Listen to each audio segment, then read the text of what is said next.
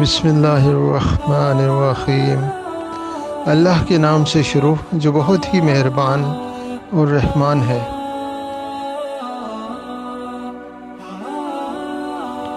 ابو ہریرہ رضی اللہ عنہ سے روایت ہے کہ رسول اللہ صلی اللہ علیہ وسلم نے فرمایا،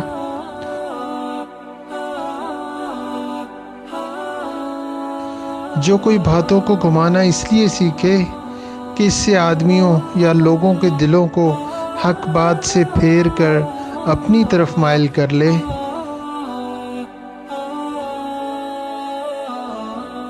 تو اللہ قیامت کے دن اس کی نہ نفل عبادت قبول کرے گا اور نہ فرض۔